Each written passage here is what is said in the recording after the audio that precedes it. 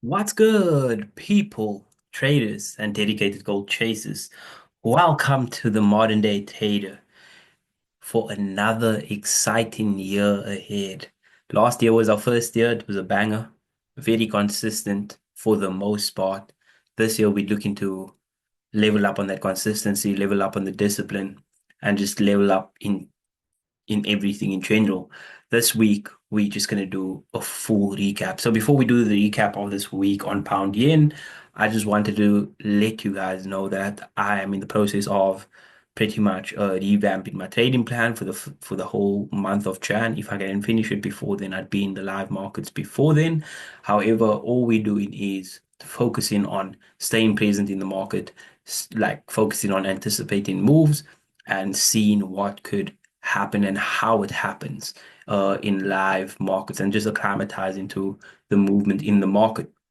With that being said, let's jump straight into the charts. So if you look at pound yen for the on the weekly time frame, what you can see is that we had come, and this was the analysis that I done on Sunday ahead of going into the week. So you can see that we had come into an area with a pretty impulsive push to the upside in an area where you could see we weren't in that area for some time. It's been about a quarter since we've been in this area of 198,500, and you can see that when we came into that area, we had a huge bearish push to the downside, clearly indicating that there is orders or sell-offs in this area. So that to me signified that there's a high chance that we could push to the downside. Now, generally, the way a candle is formed is that in the early stages of the candle, in general, whichever candle you're looking at, uh, the candle would first form a wick and then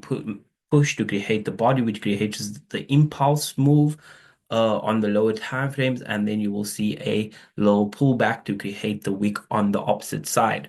So, with that being mentioned, let's go down onto the daily time frame. So, when I came into the markets on Monday, what you guys can see is that we had a Friday candle that was it was bullish. It ended with a lot of momentum to the upside. Now you can see, yes, it was a low volume candle, but there was very little wick that was left to the upside. So I knew that there is chances of price action pushing to the upside.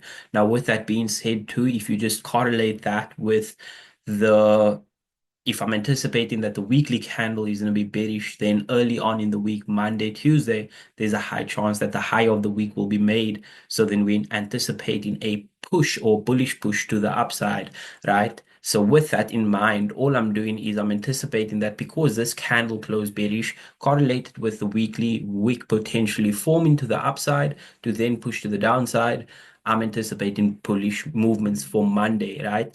We drop down onto the 4H time frame, and what you can see, so I only trade London session and New York session, two 4H candles, so the 8 o'clock to 12 o'clock candle and then the 12 o'clock to 4 o'clock candle. So I'm looking at the previous 4H candle coming into the 8 o'clock candle, and you can see that's bullish. So we have the daily and the 4H aligning, and then if you go through, so now I already have one bias being made, so I know I can potentially trade on the day. You go through all different correlated pairs. So you can see GBP USD is bullish, uh, Euro JPY is bullish, CAD JPY is bullish, USD JPY is bullish, and AJ is bullish, right? So now we go back to pound yen and we just start to jump down onto lower time frames and you start anticipating what could happen in this candle. I'm already anticipating that this 4H candle will be bullish in and of itself. So we go to Monday. This is Monday, and what you can see is that yes, we had the push throughout Asian session, and then that previous 4H candle closed in and around these areas. Now, what we did on the 15 minute when that candle closed was pretty simple. We created a high in the market right here in Asia. Uh, and then we created another higher high that is higher than the previous high right there.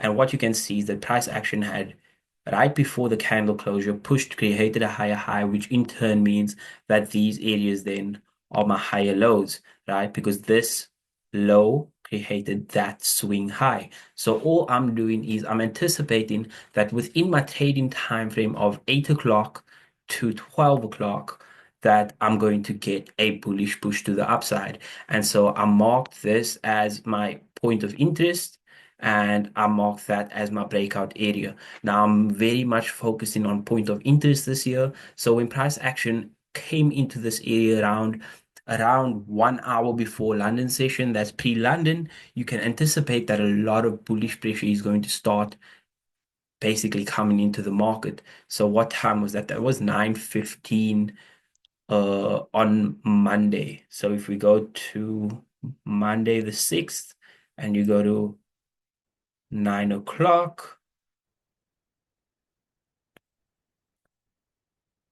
what you'll be able to see on the 1 minute time frame is that price action came into that particular point of interest, and then thereafter we then started to shift structures.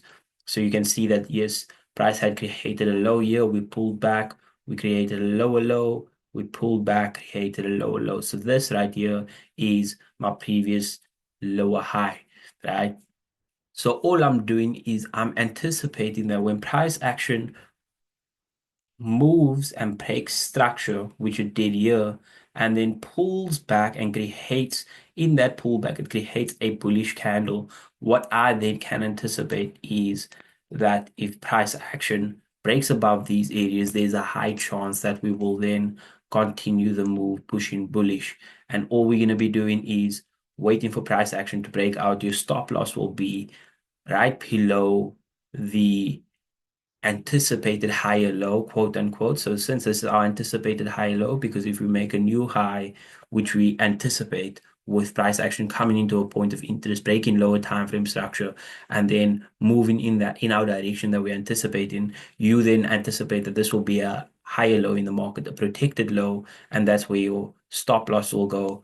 Add 2 pips to your stop loss. So the stop loss would have been 8.3. Add 2 pips, you round it up or round it down to 10, and then you can just start to anticipate from a 15-minute perspective where will price go to more likely than not. Now, if you look at it before I mention, if you look at it from a 4H perspective, we already anticipating the price action is going to push to the upside based on the daily time frame, based on the weekly time frame. Now, what I did on Monday was I marked this, and the reason why I marked this area is that this area left clear imbalance in the market, and so the next 4H candle, there was a high chance that the next 4H candle would push into that 4H imbalance, right? So when you go into Monday's price action, as soon as it pops up, let's see, where is it? There we go.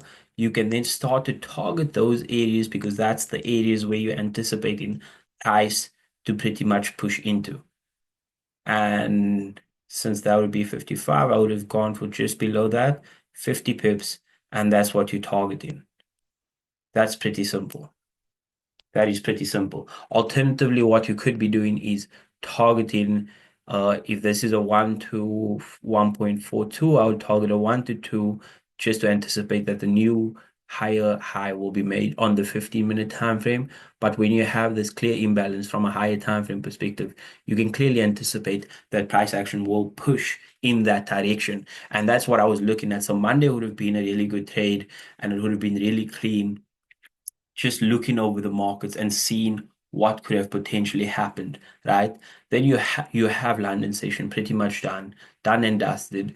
And then what you can see is that when we created a new high, higher low, new higher high, price action then broke structure pretty much in New York, and it retraced all the way back down to this major low that we had created in London session, and then we created equal highs. Now, I wouldn't have been able to trade this just because price action broke my 15-minute level, and there was no clear signs of weakness the way we had here in London session. It's just unfortunate that happens. It is what it is. So we have Monday, and that's a simple way just to recap the way the market moves, not looking at the trades that you've actually taken, but looking at what happened in hindsight and looking at what the perfect scenario is and how you would have traded it according to your plan. So Monday would have been a perfect day. And if you use this exercise and go through each day every week and recap your weeks like this,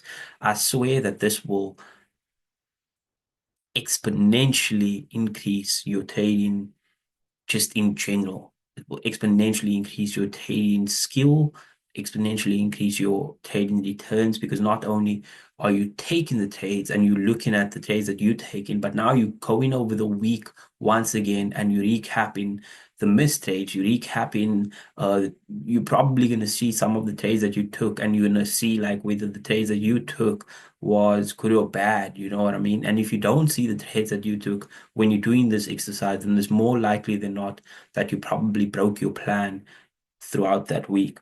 Monday would have been a perfect day to make 5% on pound yen. Movement was clean, anticipation was clean, everything was really clean. You can see clear structures from the 15-minute time frame. It was just a wonderful anticipated move.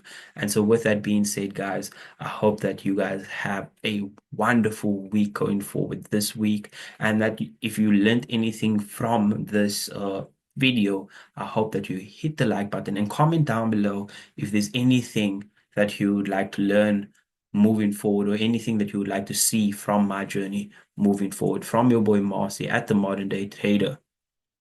Don't forget that your unmatched perspicacity, coupled with your sheer indefatigability, makes you a feared opponent in any realm of human endeavor. From your boy Marcy. Peace out, man.